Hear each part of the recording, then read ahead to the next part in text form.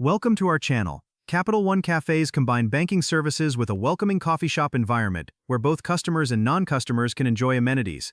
Step 1. Find a Capital One Cafe near you by visiting CapitalOne.com/cafes or searching Capital One Cafe on your Maps application. Step 2. Visit the cafe during business hours, which typically extend beyond traditional bank hours including weekends. Step 3. Order coffee or beverages from the cafe, which are free for Capital One customers and available for purchase by non-customers. Step 4. Present your Capital One debit or credit card at the counter to receive complimentary beverages if you're a customer. Step 5. Use the free Wi-Fi available throughout the cafe for work, browsing, or studying. Step 6. Take advantage of the comfortable seating areas and workspace to meet friends, work remotely, or relax. Step 7.